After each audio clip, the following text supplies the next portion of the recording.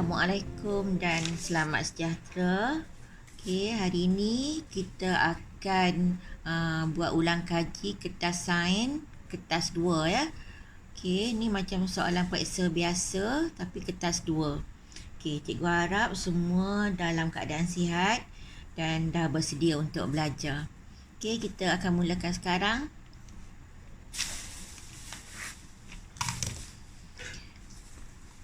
Okey, nama cikgu Zanaria ya. Okey. Yang anak-anak murid cikgu rasa semua dah kenal cikgu, cuma yang tak biasa jumpa cikgu je yang tak kenal.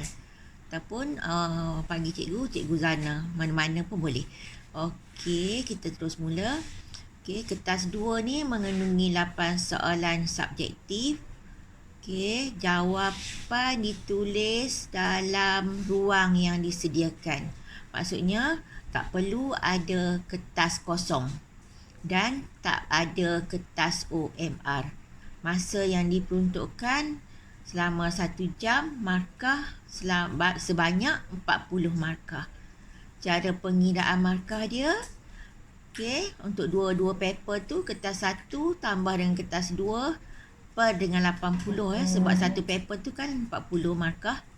Okey, jadi kertas 1 tambah dengan kertas 2 per 80 darab dengan 100. Dapatlah markah penuh untuk subjek sains.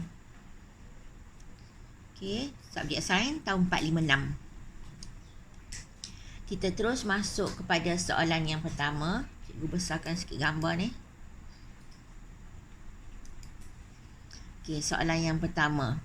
Soalan yang pertama ni menunjukkan tengkorak bagi haiwan S. Okey, awak tengok tu. Tengkorak tu. Okey. Lepas tu dia kata, awak tengok sini ni dia ada ni banyak ni. Ni gigi geraham. Kat depan dia gigi kacip. Gigi taring tak ada. Okey. Dia awak dah boleh agak kan? Apakah tabiat pemakanan bagi haiwan S? Herbivore. Okey, cikgu dah tulis kat sini jawapan sebab cikgu cari jawapan sebelum cikgu update dekat sini ya. Cikgu rasa jadi lagi senang kan, awak boleh tengok buat ulang kaji terus. Jadi herbivore tu maksudnya dia makan herba atau tumbuhan sahaja. Okay, sebab dia banyak gigi geraham sahaja dan gigi kacip. Gigi kacip ni boleh memotong makanan dan dia adalah sejenis mesin ringkas baji. Okey, next. Okey, maklumat di bawah adalah mengenai cara pemakanan sejenis haiwan. Padankan maklumat berikut dengan haiwan yang betul. Okey, dia bagi information dia, maklumat dia. Saya sejenis haiwan berbulu halus. Gigi saya seperti karnivor tetapi makan pucuk buluh sahaja. Dia makan pucuk buluh. Jadi, awak dah boleh agak dah. Panda jawapan dia ya. Awak gunakan pembaris elok-elok. Ini cikgu buat secara ringkas saja. Cikgu guna pembaris. Awak masukkan awak punya dia punya garisan ni ke belah sini ke panda ni ya. Tak payah nak panah ni pun tak apa. Ni cikgu buat lebih kurang je. Okey, seterusnya. Antara berikut yang manakah mempunyai struktur gigi karnivor? Karnivor ni dia makan daging.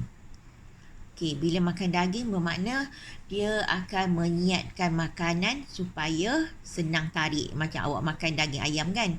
Kan perlu gigi taring banyak kan?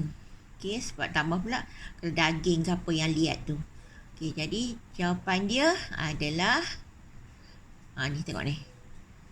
Ini P. Q. Q ni lebih kepada gigi geraham sahaja. Okey. Yang A ni pula ada gigi taring, ada geraham. Bermakna dia makan semua. Ni omnivore. Ini herbivore. Jadi jawapan dia P. Okey. Okey. P ni carnivore, makan daging. Berikan jawapan atau berikan inference. Inference tu sebab. Okey. Jadi sebab dia awak kata ini ayat ringkas dia, sebab P ataupun haiwan P mengoyakkan atau menyiat daging. Okey, seterusnya. Okey, soalan yang kedua. Rajah 2.1 menunjukkan organ perkumuhan manusia. Ni peparu, kulit, ni ginjal ataupun buah pinggang. Okey, berdasarkan rajah 2.1 beri maksud perkumuhan. Perkumuhan bukan nyah tinja ya. Perkumuhan ni dia melalui proses-proses dia keluarkan bahan yang telah diproses. Okey, seperti peluh tu. Tapi kalau nyah tinja keluarkan bahan sisa yang tidak boleh diproses. Jadi dikata berikan maksud proses perkumuhan. Jadi jawapan dia proses menyingkirkan bahan buangan berlebihan dari badan. Bukan sisa ya. Bahan buangan berlebihan. Ini perkataannya selalu terkeliru ya. Sisa makanan dengan bahan buangan berlebihan. Okey. Okey, seterusnya. Maklumat di dalam rajah 2.2 menunjukkan organ perkumuhan dan hasil perkumuhan manusia. Menghasilkan air kencing. Air kencing ginjal ya, menghasilkan karbon dioksida. Jadi kat sini ni dia cuma ada satu ginjal sahaja. Jadi ginjal bersangkut dengan air kencing. Kalau yang ini menghasilkan karbon dioksida dan uap air ni, yang ini boleh kepada kita punya pernafasan. Peluh lebih kepada kulit. Okey. C pula. Menunjukkan sekumpulan murid sedang bermain bola. Okey, budak-budak ni main bola. Apakah bahan kumuh? Ni perkumuhan yang dikeluarkan. Peluh ataupun air peluh. Mana-mana pun boleh terima. Okey, D pula. Ramalkan apakah berlaku sekiranya tidak menjalankan proses perkumuhan dalam kehidupan kita seharian. Maksudnya kita tak buang air kecil, kita tak berpeluh, makna awak tak sihat lah ya. Jadi boleh menyebabkan batu karang boleh, kanser pundi kencing boleh, ginjal rosak, ginjal tadi buah pinggang ya, rosak boleh, kencing berdarah boleh, kencing berkuman pun boleh.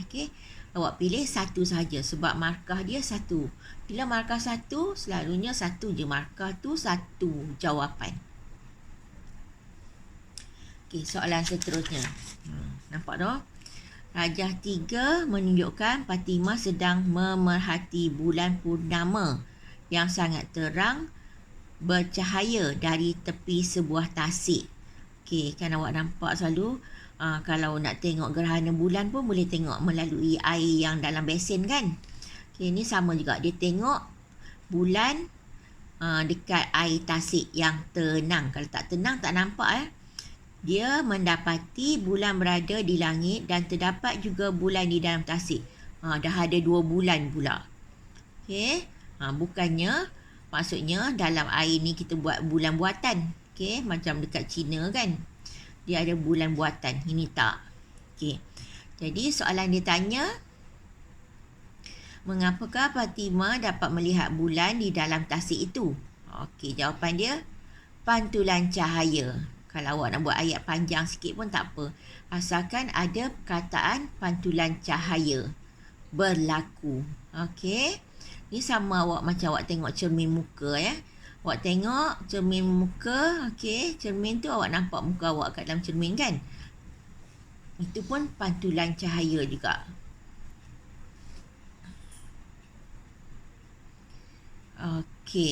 Seterusnya, apakah ciri permukaan yang baik untuk pantulan cahaya?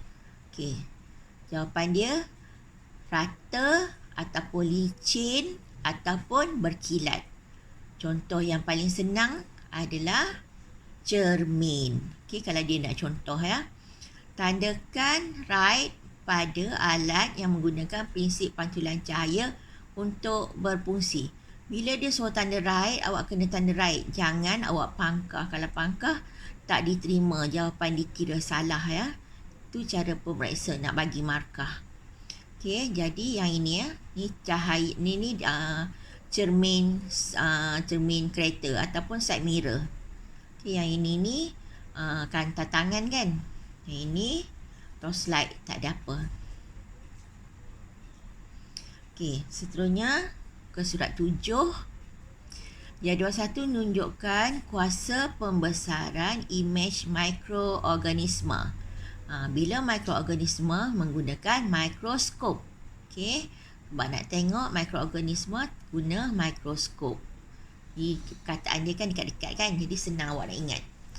Dapat dilihat berbanding sel asal. Okey, sel asal kan kecil, tapi bila guna mikroskop, dia dapat membesarkan saiz kepada saiz yang kita nak lah. Okey, tengok kita guna kantar yang berapa punya ganda. Okey, tengok ni, ini dinamakan jadual. Selalunya bahagian atas ni adalah pemboleh ubah, dimanipulasi, yang bawah bergerak balas. Okey, PM bawah PB. Okey, selalunya ya. Tapi kadang-kadang tu soalan nak kelirukan, dia tak buat atas ni PM. Okey, bawah ni masih lagi sama, PB juga, bergerak balas. Dia tak boleh lari yang bawah ni. Okey, apakah pemerhatian yang dapat dilihat berdasarkan penyiasatan ini? Okey, pemerhatian ni apa yang awak nampak. Okey, hasil dia ataupun PB dia, awak buat pemerhatian. Jangan tengok yang atas. Okey, awak tengok yang PB dia ni. Yang PB bahagian bawah ni. Okey, lepas tu awak buat pemerhatian.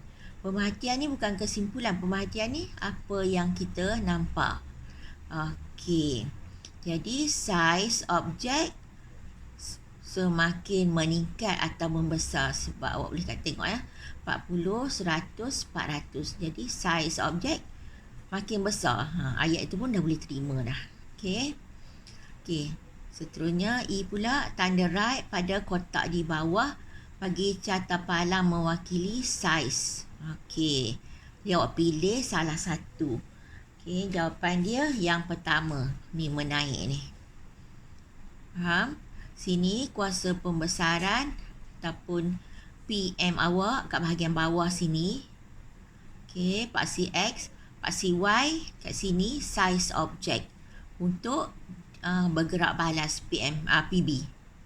Pemboleh ubah bergerak balas kat sini. Okey, paksi X, paksi Y. Okey, jawapan dia yang ini ya.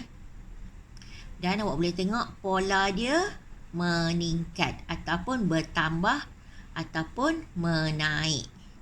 Kalau nak buat tujuan pula untuk mengkaji hubungan di antara kuasa, ambil yang bawah dulu ya, kuasa pembesaran imej mikroskop dan ataupun dengan pun tak apa, saiz objek yang dapat dilihat. Nak tulis kali ganda ni pun boleh je, tak salah. Okey, teruskan ke surat 8. Okey, dah soalan nombor 4 sekarang ya. Padankan jenis interaksi antara haiwan dengan betul. Okey, nampak ni. Dia sama-sama jenis. Lepas tu yang ini ni singa jantan, ni singa betina. Okey. Jadi jawapan dia intraspesies yang dekat sini. Kalau intra ni maksudnya sama jenis ataupun dalaman punya. Kalau inter, berlainan spesies. Mungkin singa dengan harimau ke. Okey, dah jadi interspesies ya. Okey, dan interspesies selalunya, intraspesies ni selalunya bersaing untuk mendapatkan pasangan. Tapi kalau inter ya, inter tu international tu. Inter mendapatkan makanan. Tapi kalau intra mendapatkan pasangan. Cikgu silap cakap apa tadi. Okey, intra selalunya mendapatkan pasangan, inter mendapatkan makanan. Okey, teruskan. Okey, Okey, ni ada gambar. Gambar ni ada dalam buku teks ya. Selalunya gambar-gambar yang masuk dalam periksa ada dalam buku teks. Dia tak ambil ikut suka sebab nanti ramai yang tak tahu apa kan. Jadi, kalau awak rajin tengok buku teks tu, awak akan jumpa gambar ni. Tapi berwarna lah. Cikgu pun dah tengok dah ada muka surat berapa cikgu tak ingat. Tapi ada dalam buku teks. Okey, ni adalah gambar ni ada dua jenis ni kat sini, ada dua jenis haiwan. Buran dan juga umang-umang. Okey, dalam buku teks pun ada tulis buran ni dia tumpang umang-umang. Maksudnya dia tumpang kulit ataupun cengkerang umang-umang tu. Okey. Jadi cikgu ambil sikit dia punya nota sikit supaya awak nampak senang Buran ni tumpang rumah orang. Okey. Maksudnya dia tumpang rumah umang-umang untuk bergerak dan cari makanan. Jadi dekat sini okey, sebenarnya lebih kepada komensalisme. Komensalisme ni maksudnya sebelah pihak dapat kebaikan yang lebih lah. Okey. Tapi dalam masa yang sama juga, okey, bila dia tumpang dekat umang-umang ni pun sebenarnya boleh pergi tempat lain. Bukan maksudnya dia akan pergi ke tempat lain bersama buran ni. Jadi sebenarnya mutualisme pun ada dekat sini. Okey. Sebabnya buran ni boleh dapatkan sedikit makanan bila bila buran ni tumpang makanan, dia bawa ke tempat lain orang tu. Orang tu pun boleh dapat makanan dekat tempat lain juga. Dia sebenarnya sama-sama tolong-menolong. Okey, jadi cikgu rasa jawapan dia lebih pada mutualisme. Sebab kalau komensalisme ni sebelah pihak sahaja yang dapat kebaikan. Kalau mutualisme, dua-dua pihak dapat kebaikan. Tapi dekat sini kalau ditanya simbiosis yang paling kuat sekali adalah komensalisme, tapi masih ada juga mutualisme dia sikit.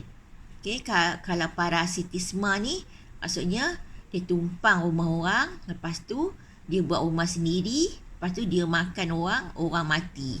Okey, dia pula gemuk. Contohnya kan. Okey, dia ambil semua yang ada dekat rumah orang ni, jadi rumah dia. Itu parasit ni parasitisme ni. Okey, nombor 9 pula. Okey, muka surat 9 sekarang ni. Rajah 4.2 menunjukkan hasil penyiasatan yang dijalankan oleh sekumpulan murid ke atas 2 ladang ternakan ayam selepas 2 bulan. Okey, ayam, kalau awak ternak ayam, okey, dalam masa 2 bulan awak dah boleh jual. Maksudnya daripada kecil, ayam tu kecil sampai 2 bulan, dah besar dah lebih daripada 1 kilo lebih dah berat ayam tu. Dan masa tu dah boleh orang kata harvest ataupun jual. Okey, jadi bilangan ayam bagi kedua-dua ladang adalah sama. Bilangan sama bermakna malar. Okey, seterusnya. Dekat ladang G, gemuk ni besar. Dekat ladang H, kurus sikit ayam dia. Okey, apakah pemerhatian yang dapat dibuat? Okey, dia nak pemerhatian dahulu.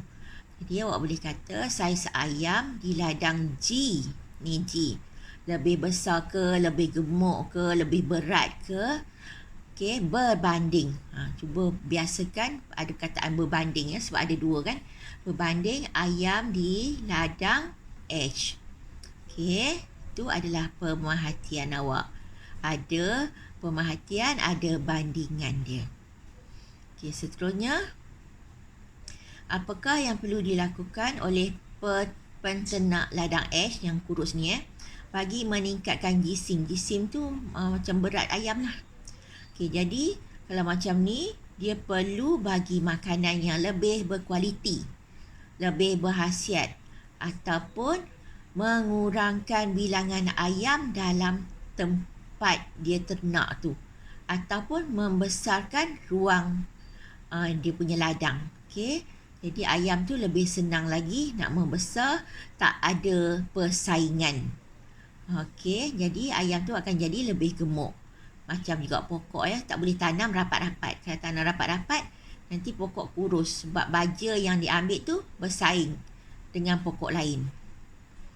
Okey, C pula hipotesis. Bila hipotesis ni paling senang sekali awak ingat semakin. Mulakan ayat dengan semakin. Okey. Jadi berdasarkan penyiasatan. Penyiasatan ni tentang kualiti makanan semua ni tentang yang atas ni. Jadi salah satu dia. Okey, semakin bertambah kualiti makanan, semakin bertambah saiz atau jisim ayam. Okey, awak boleh buat hipotesis yang lain. Contohnya semakin besar ruang ladang, semakin bertambah saiz atau jisim ayam. Boleh juga, mana-mana yang sesuai diterima. Okey. Soalan nombor 5. Soalan nombor 5. Okey, Paris telah menolak sebuah kereta mainan dengan daya yang sama di atas 3 permukaan berbeza.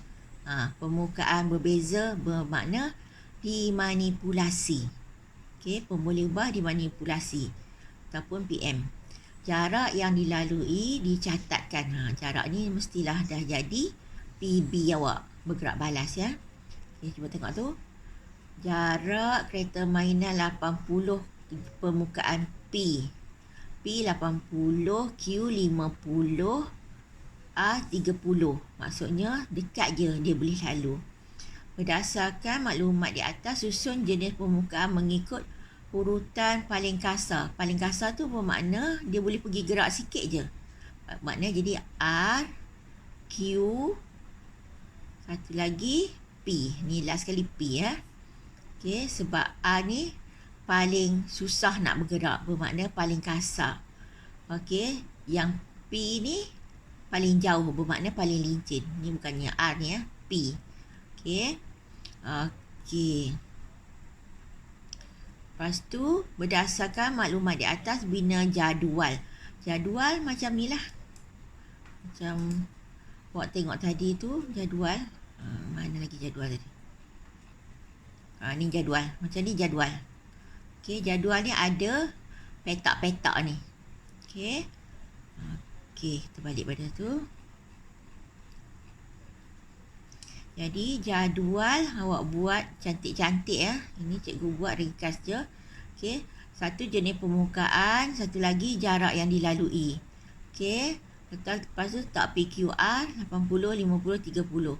Tak apa awak nak sini jenis permukaan, bawah dia jarak yang dilalui ke, boleh juga. Tapi bentuk dia macam ni lebih kurang ya. Itu jadual. Jangan jadual jadi graf pula ya. Okey, kalau graf jadi salah lah. Okey, muka surat 11 ni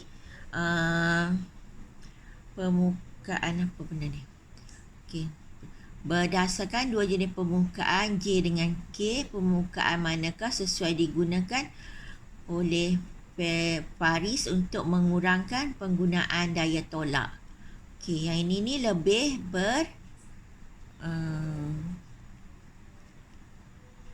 yang ini ni lebih kasar ni. Tengok ni, kasar permukaan dia. Jadi yang sesuai, permukaan yang sesuai untuk mengurangkan daya tolakan yang ini, sebab kurang permukaan dia licin, lebih licin dan tak bergeser banyak. Okey, J ya jawapan dia. Permukaan J. Berikan definisi secara operasi. Okey, ni definisi secara operasi tentang daya geseran dalam penyiasatan ini. Okey, jawapan dia, daya geseran ialah jarak yang dilalui oleh kereta mainan pada jenis permukaan berlainan. Okey, ini macam awak buat penerangan apa yang berlaku dalam uji kaji tersebut. Okey, itu nama dia definisi secara operasi. Okey, operasi tu maksudnya yang berlaku lah. Soalan nombor 6. Sekumpulan murid telah menjalankan satu perkhidmatan tentang beberapa helai kain yang dijemur di ampayan. Okey, ni. Berdasarkan perubahan keadaan jisim berlaku. Okey, apa yang berlaku maksudnya jisim. Jisim tu bukan jisim, jirim. Jirim tu gas tercair, gas tercair lepas tu pepejal. Kalau gas kan paling jauh dia punya jirim. Kalau cecair dia dekat-dekat sikit, tapi kalau pepejal dia rapat-rapat dan banyak dia punya jirim dia. Okey, jadi kat sini yang berlaku gas kepada cecair. Cecair pula dah. Perubahan keadaan jirim. Ini ni cecair kepada gas. Sebabnya ni basah ni, silap cikgu ni. Okey. Cecair daripada kain yang basah ni kepada gas. Okey, gas ni maksudnya dia meresap ataupun berlakunya penyejatan ataupun pengeringan ke atas kain tersebut. Okey, P pula, semua pakaian dijemur tanpa memerah. Maksudnya awak masukkanlah air, lepas tu letak je dekat penyidai. Didapati stokin paling lambat kering. Mengapa? Ni bagi je jawapan yang logik. Okey, selalunya stokin tebal. Okey, permukaan yang terdedah dia sikit. Okey, semua tu asalkan jawapan awak logik boleh diterima. Seterusnya ni kitaran air ataupun water recycle. Okey, cuba tengok ni. Air naik atas, meresap. Lepas tu Y ni kat sini dah. Ni uap-uap air ni, dia berkumpul. Lepas tu berlaku kondensasi. Lepas tu turun balik sebagai air. Masuk balik dalam sungai. Okey, soalan tanya. Uap air yang naik ke udara akan menjadi sejuk dan membentuk titisan air yang halus. Halus tu maksudnya uap air. Gabungan titisan air itu membentuk Y. Y ni. Okey, bila berlaku Y ni banyak, okey, berkumpul banyak, sejuk. Okey, berlaku kondensasi ya. Jadi apakah Y? Y ni masih lagi awan. Okey, awan kalau sikit awan tu tak hitam. Kalau banyak awan tu dah hitam. Dan kalau berat sangat dan berlakunya kondensasi, dia akan turun sebagai hujan. Okey. Padankan. Padankan. Uap air menjadi sejuk membentuk titisan air yang halus. Okey. Jawapan dia kondensasi. Okey, padankan buat macam ni je. Garis. Tak payah arrow. Okey, maklumat menunjukkan suhu persekitaran di sebatang sungai. Okey, 24, 28, 34. Ni panas ni kan. Susun suhu persekitaran mengikut kadar sejatan paling cepat hingga paling lambat. Ni panas bermakna cepat kering. Jadi 34 darjah Celsius, 28, 24. Okey. Ni kan keadaan ni waktu dalam pukul 10 macam tu. Ni dalam pukul 1, pukul 2 ni. Jadi panas masa tu.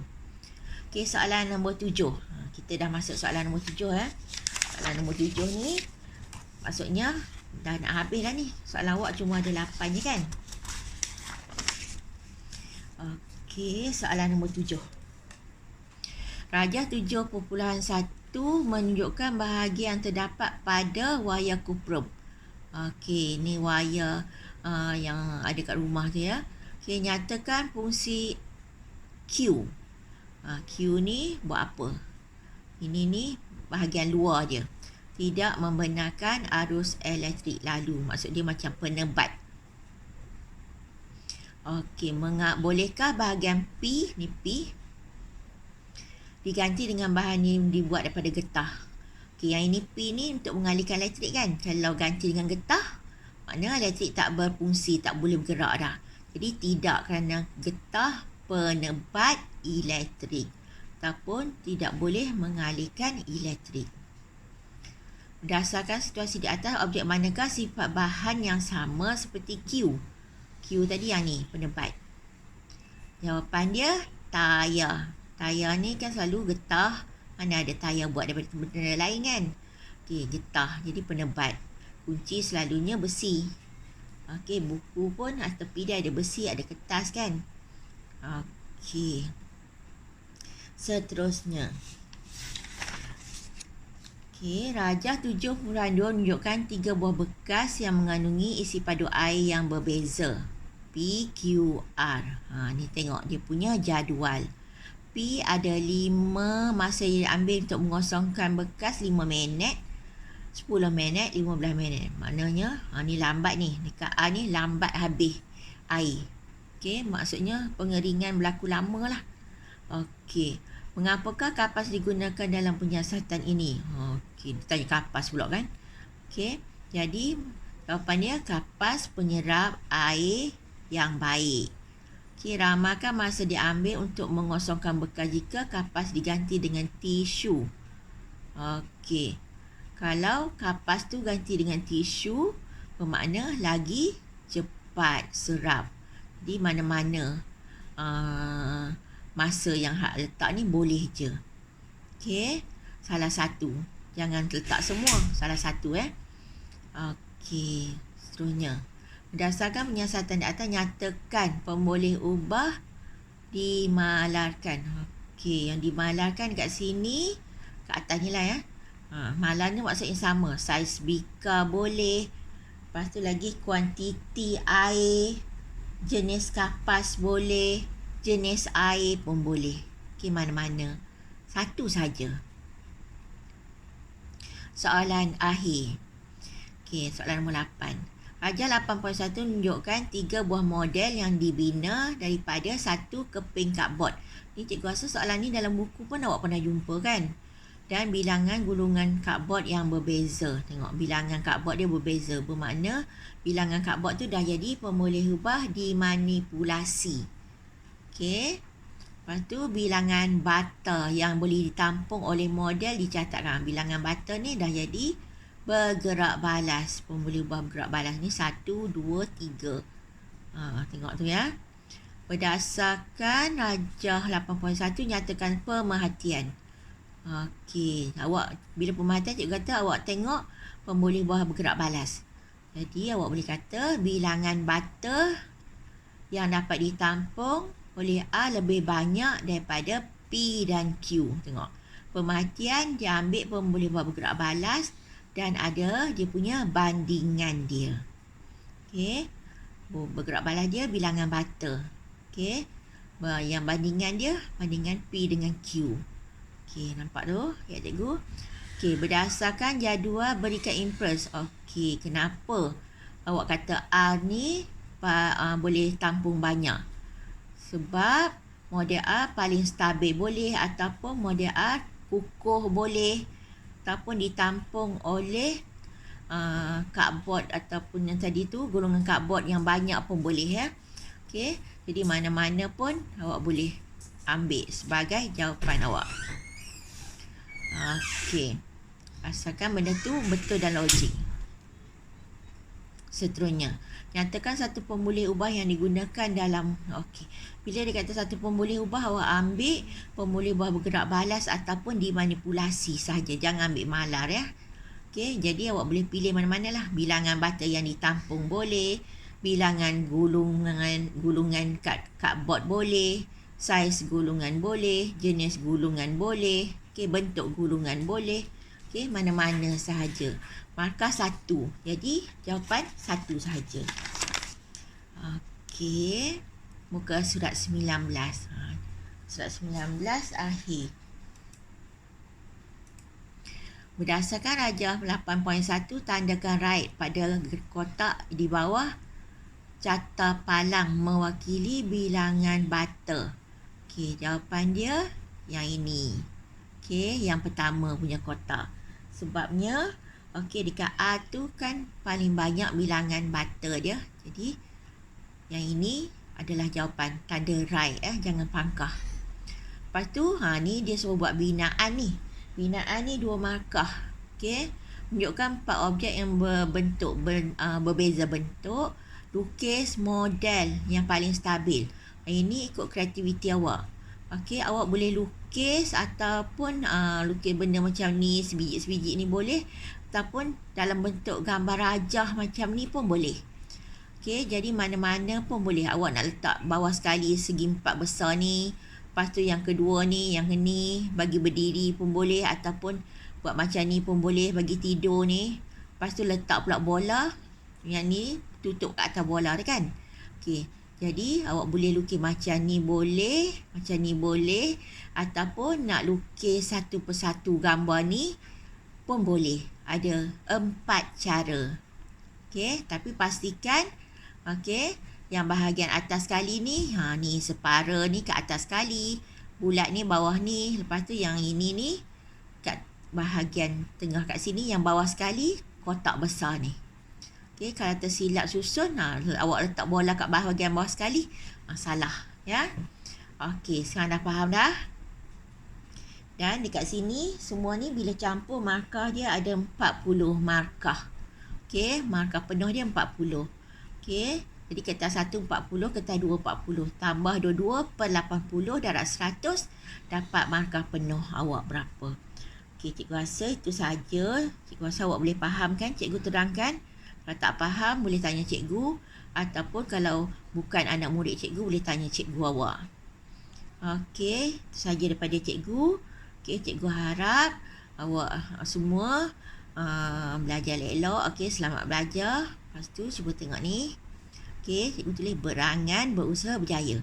Berangan saja, kalau tak usaha, tak berjaya. Tapi kalau berangan, kalau berusaha, barulah berjaya.